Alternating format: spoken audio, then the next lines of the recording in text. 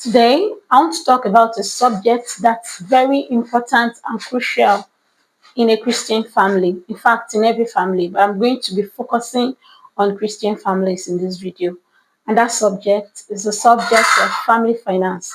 Family finance is very crucial in a family. If it's not properly managed, it can bring about chaos. Today, I'm going to be zooming in on a particular practice in family finance, the Christian circle, especially in conservative Christian circles. If you're married, you're soon to be married, and you've moved in the conservative Christian circles, you must have heard of the practice of common purse. Now, a common purse is where husband and wife are contributing to a single account and they make joint decision on how funds are to be disbursed in the family. That's simply what a common process. Let's go down to the very beginning. How did this practice begin? I believe that this practice was borrowed from the early church. In the book of the Acts of the Apostles in the Bible, we're told about the early church, the early Christians, that they had all things common and that everyone who had something, land, property, they all brought what they had to the apostles' feet, and then distribution is made to everyone according to how they had need. So they had all things common. I believe that's where the practice of common purse began. And it's a beautiful practice. I believe that it is meant to promote harmony, unity, and cooperation in Christian families. However, what I've come to observe and what I've seen is that this tool that is meant to bring about unity, cooperation, and peace in the family has turned to a tool of chaos in many families.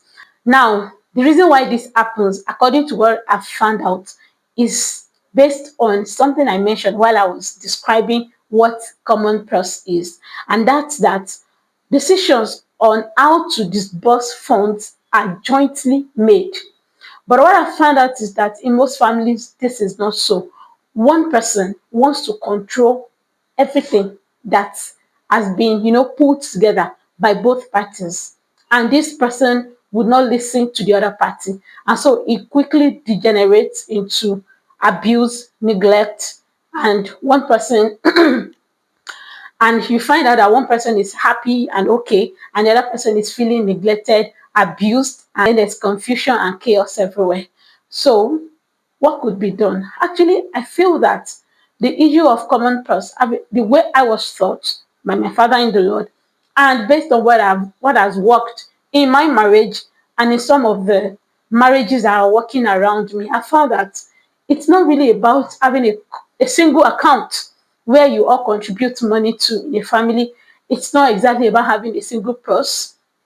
What needs to be common in family for finance to work in a Christian family is actually the heart.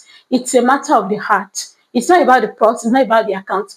It's not about let's put money with the husband, let's put money with the wife.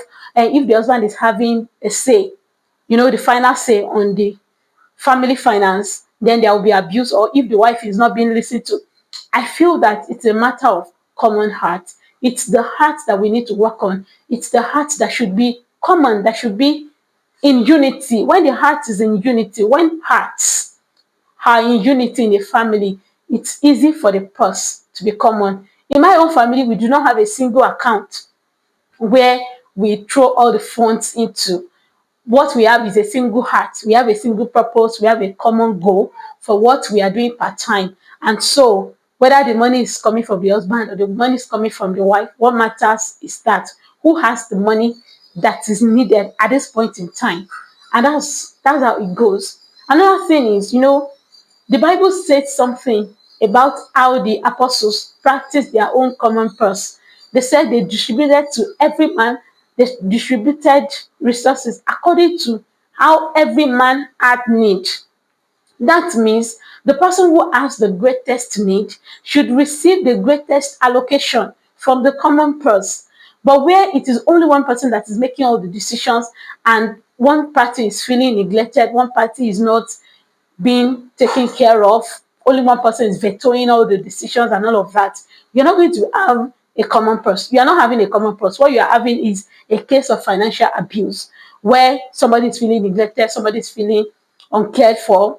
No, what I want to recommend is that if you are practicing common purse in your family, especially to the men, leaders, if you are practicing common purse in your family, I would advise that you sit down with your wife, call your wife, have a family meeting, and ask your wife. Talk to her in a way that she would be truthful with you and ask her what she actually feels about the common purse you are operating in your family.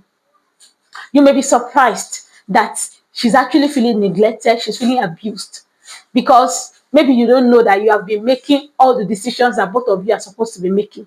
Maybe you don't, it happened in the Acts of the Apostles. Yes, it happened that in the allocation of funds and resources, it happened that some people were actually getting neglected. Some people were not being cared for properly, and it degenerated into murmurings and complaining. The apostles had to sit together and then assign people who have the credentials, people who have the ability, people who have the capacity to actually take care of some of things. And that will lead me to my second point. The person who has the most financial prowess, the most financial capacity in the family should be in charge of the family purse. That could be the wife, that could be the husband. But even if you are the one in charge of the family purse, it does not mean that you're going to be making all the decisions without carrying the second party along. It will not work that way. Please call a family meeting in your home and ask for sincere opinion. Are you feeling neglected? Are you feeling cared for? Is our finance working?